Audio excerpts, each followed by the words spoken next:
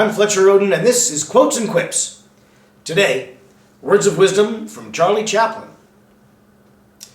Quotes and Quips is brought to you by my website, FletcherRhoden.com. That's where you can get links to my author's page at Amazon.com. There you can buy my books in paperback, or for Kindle, or in audiobook format. There's also a link to my Spotify artist page, where you can peruse my music, my various albums. In 2024, I had a 4-album set called Quadrilogy. And this year, 2025, I've got a brand new pop album called I'm Possible. You can get these and all my albums at Spotify or anywhere where you like to download your favorite music. But at my website, there's free music you can only get there. So check it out. Okay, today, Charlie Chaplin. Well-known and beloved silent screen star, also ushered films into the era of talkies, albeit reluctantly. Best known as the Little Tramp. He was an auteur, a writer, director, did the music for his own films, did the stunt coordinating and the lighting, just about everything. A real one-man show back in the day. Well known for his films like The Kid, The Gold Rush, City Lights. City Lights is perhaps the first and greatest romantic comedy that was ever filmed. Every other romantic comedy seeks to be City Lights and fails. Sorry, every other romantic comedy. Chappie's got you beat. So, let's hear from Charlie Chaplin.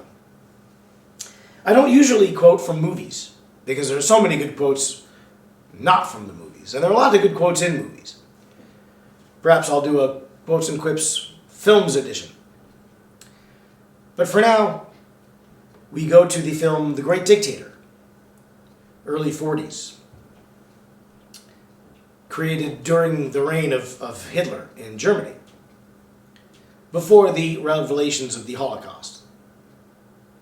So, in this film, Chaplin plays a dual role, both as a fictional dictator of a fictional European country, and also as a humble Jewish barber. And the men happen to be doppelgangers for one another, I should say. It's a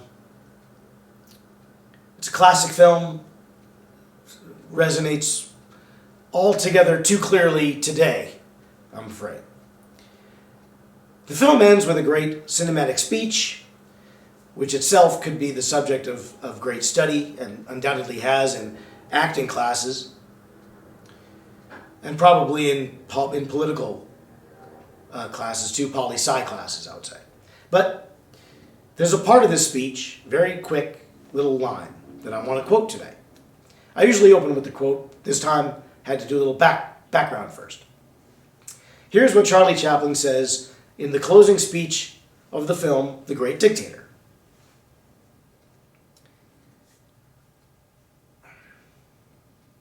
We think too much and feel too little. We think too much and feel too little. Now, what he's speaking of here is empathy. Empathy it's a condition, in essence, wherein it's a reaction, let's say. Not a psychological condition, but it's a reaction wherein a person shares the pain of another person simply by being aware of it. It's more than sympathy, wherein a person can feel badly for another. Empathy is when a person feels pain, when another feels pain. It doesn't have to be the same pain, but when another's pain generates a like impulse inside you, that's empathy. Not everybody can do it. A lot of people will tell you it does not exist. Other people, of course, will tell you that Without empathy, no one would ever cry at the movies. Some people will tell you there's an empathy gene, and that if you don't have it, you're just born without it. Then some people are born with a sensitivity which is called empathy, and other people just don't have it.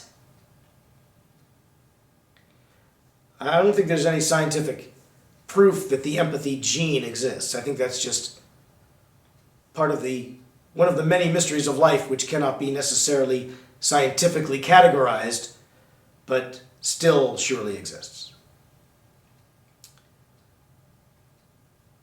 We think too much and feel too little.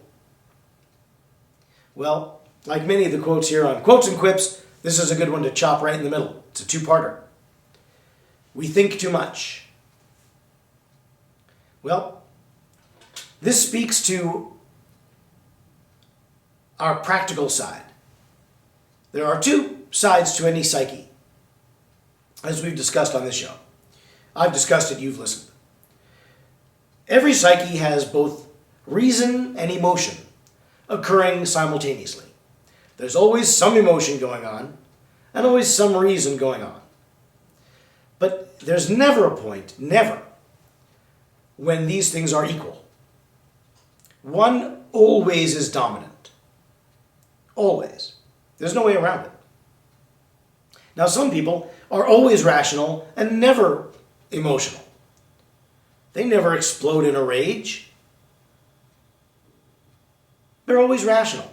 But they also maybe are never loving, or never that sad, or never that happy. They just can't access that side of things. This is an aspect of borderline personality disorder, which you can read about in my book, Tracking the Lone Wolf, the Sigma at Work, at Home, and at Play. But there are other people who are all emotion and cannot access their reasonable side, or who at times, they just can't be unemotional. They easily abandon reason in favor of emotion and let emotion run away with them. It's not that they're never rational or reasonable, but emotion is their go-to, their fail-safe, their backup. Their fallback position is going to be emotional, and it'll be wildly emotional, and there'll be no reason. Reason and emotion cohabitate uncomfortably, but they are never equal. One always dominates. For some people, it's a notable dominance. But those are extreme cases. The sociopath never feels, can think his way or her way through anything. At the same time, a lot of people can't think. The psychopath can't think, they can only feel. I believe. The psychotic, rather. I said the psychotic can feel and not think. Not the psychopath, the psychotic. They're all feelings and no reason, no ration. So those are the extremes. Most of us, however, are a nice balance of the two. Sometimes we get a little too emotional, and we have to remember, hey, let the emotion pass and then be reasonable. Sometimes we're too reasonable, and you got to say, hey, have a heart. Let some emotion in. That's the average person who lives in a balanced world like that. So when Chaplin says, most of us, we think too much and feel too little, it's because, from his perspective, it's a matter of letting the cold practicality overweigh the warm-hearted emotion. But you have to take it in its context, too, because it's in the context of a whole huge speech.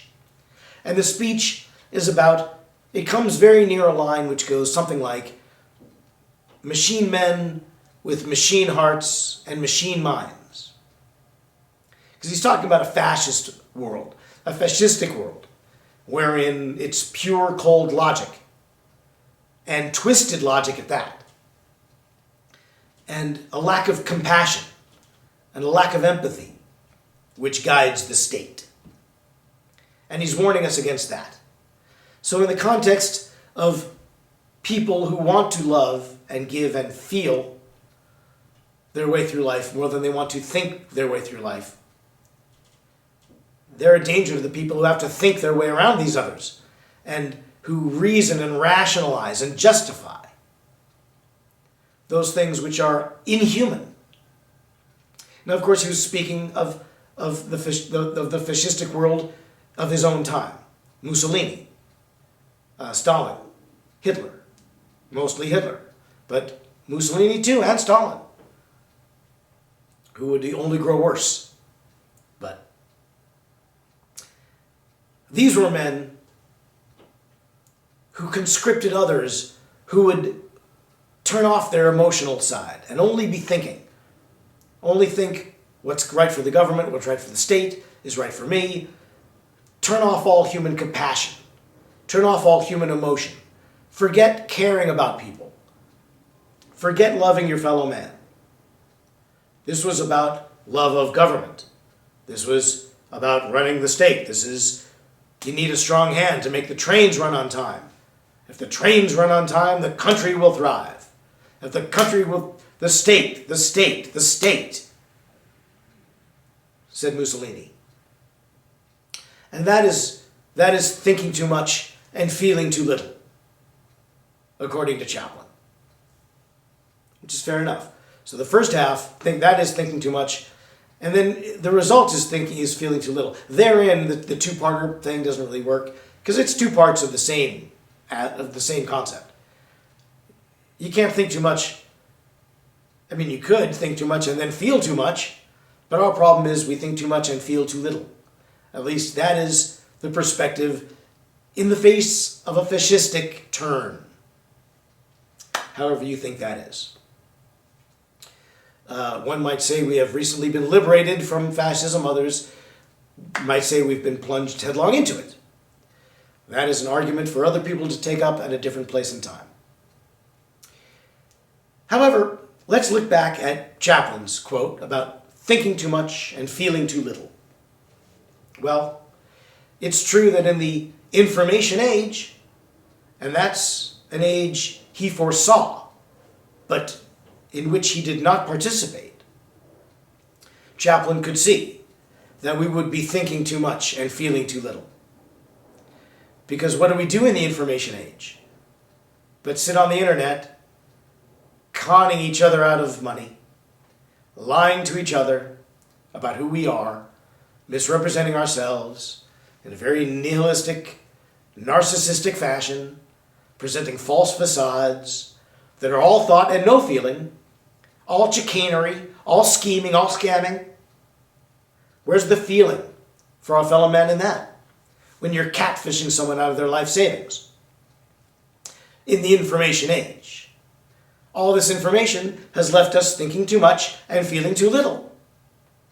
Anyone must be cautioned, however, against feeling too much and thinking too little. That's not going to help. Just all feeling and no thinking is what creates movements of dangerous capacity. A mob, for example, is all emotion, no reason. You can't reason with a mob.